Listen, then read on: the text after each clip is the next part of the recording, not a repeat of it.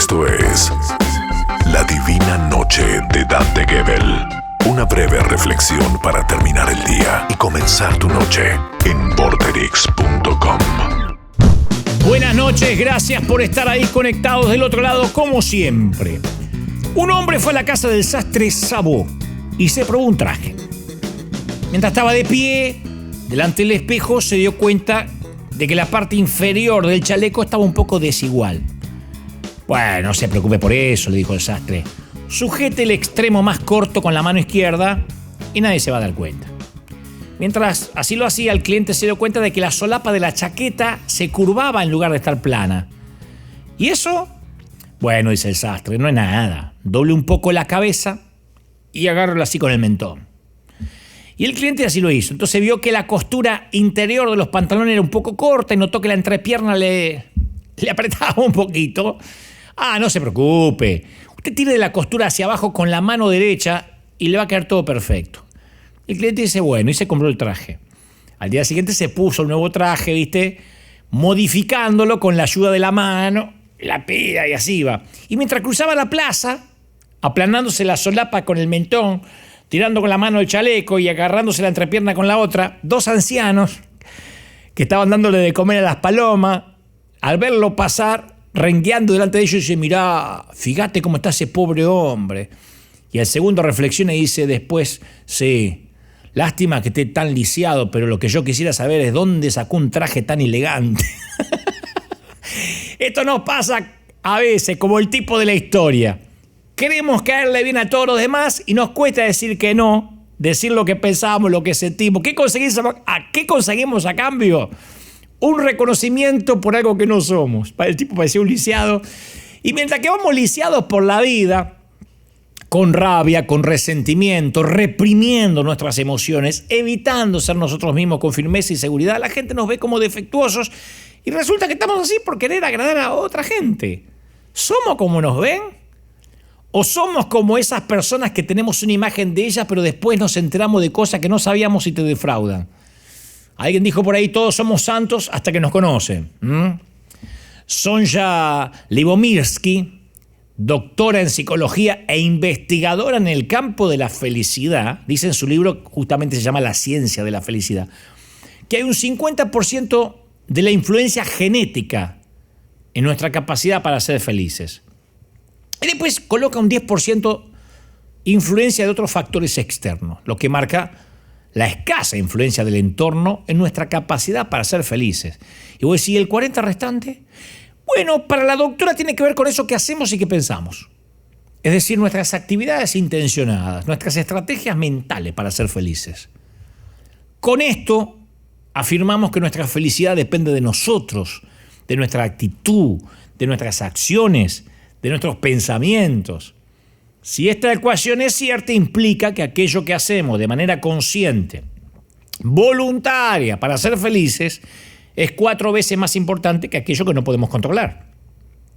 Ortega y Gasset decía que el hombre no es algo acabado desde un principio, un proyecto es un proyecto cuya realización depende en gran medida en la responsabilidad de cada quien. ¿Vos te acordás no sé si te acordás del colegio, del oráculo de Delfos? ¿Alguien se acuerda? El oráculo de Delfos era un templo griego dedicado al dios Apolo, al que la gente acudía para conocer el futuro. El recinto en el que se encontraba el templo estaba en Grecia, en el monte Parnaso. Y el oráculo de Delfos tuvo una gran importancia en la historia griega y llegó a ser el centro religioso de esa civilización, porque el oráculo tenía una enorme influencia sobre la gente que acudía a él, que muchas veces lo hacían por motivos como fundar una nueva colonia o iniciar una guerra en su defecto.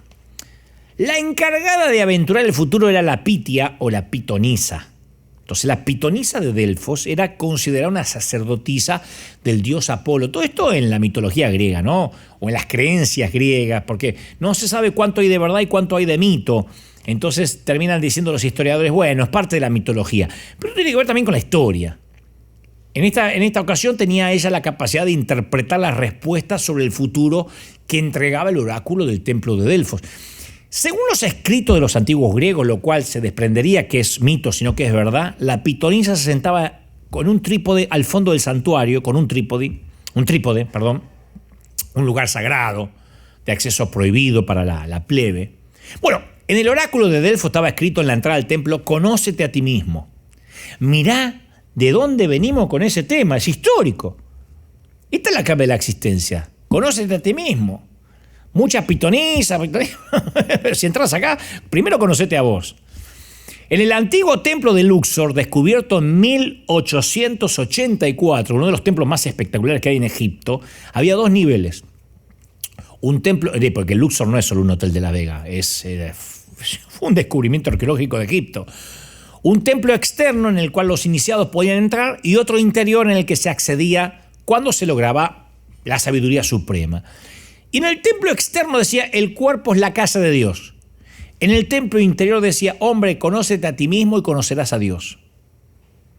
O sea, desde Sócrates a Goethe, pasando por Bruce Lee o Lady Gaga, pensadores, artistas, levantan como doctrina central la necesidad de conocerse a sí mismo. Sé tú mismo.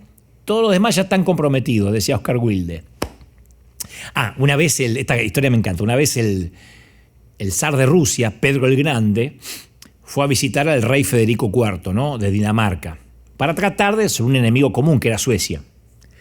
Y como buen anfitrión, Federico IV llevó a Pedro I y a sus cosacos a dar una vuelta por la capital, ¿no?, Copenhague.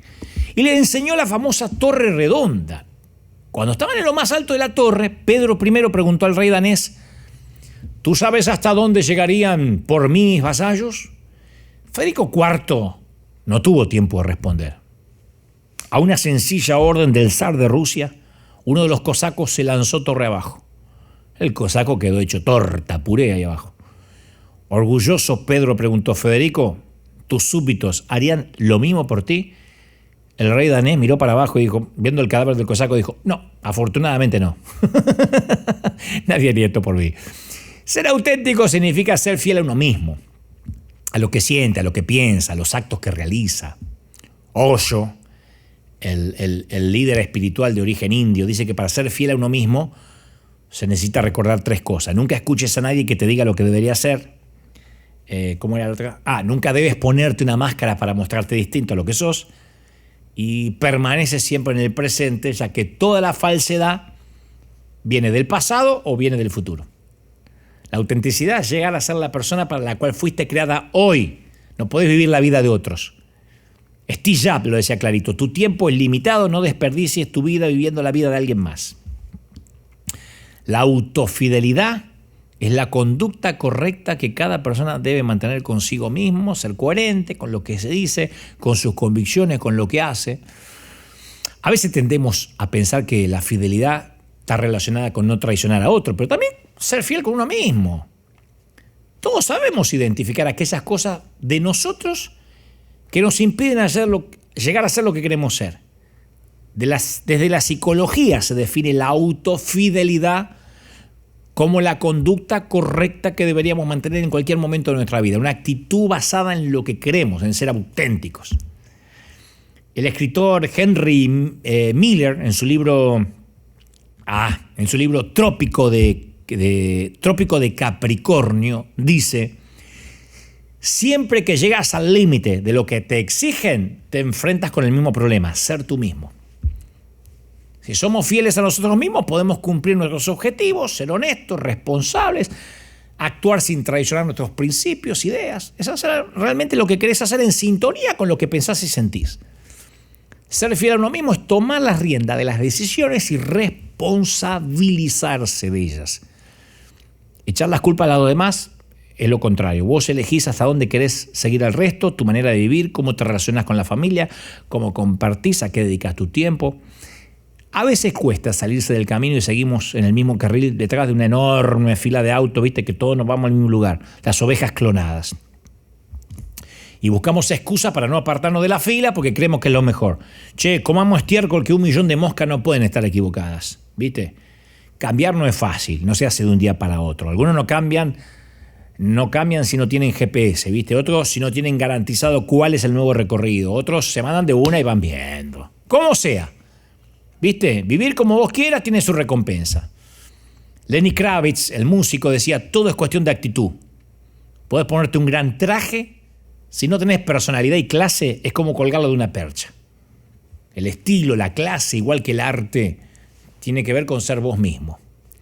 Entonces mucha gente llega a la meta, se sienten realizados, pero cumplieron ese objetivo engañándose a sí mismo, pasando por encima de otros, pisando cabezas y sin remordimiento.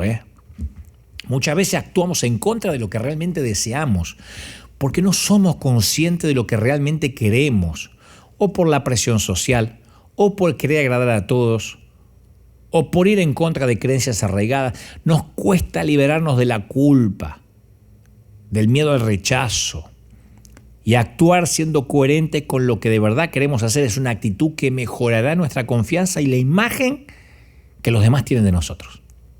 La poeta Laura Reading dice que nada es realmente importante sino ser uno mismo. Es un desafío y como tal, lo importante no es su dificultad, sino nuestra reacción ante ellos, cómo nos dominan o son dominados por nosotros, ¿no? Si uno se siente seguro, a gusto consigo mismo, podrá enfrentar el miedo, los retos. Por eso hay que ser uno mismo y tener fe en lo que somos, ¿no? En nuestras posibilidades. El mayor error que podemos cometer es buscar ser otro. Yo siempre lo digo, lo venimos diciendo desde que arrancó este ciclo y el ciclo pasado también.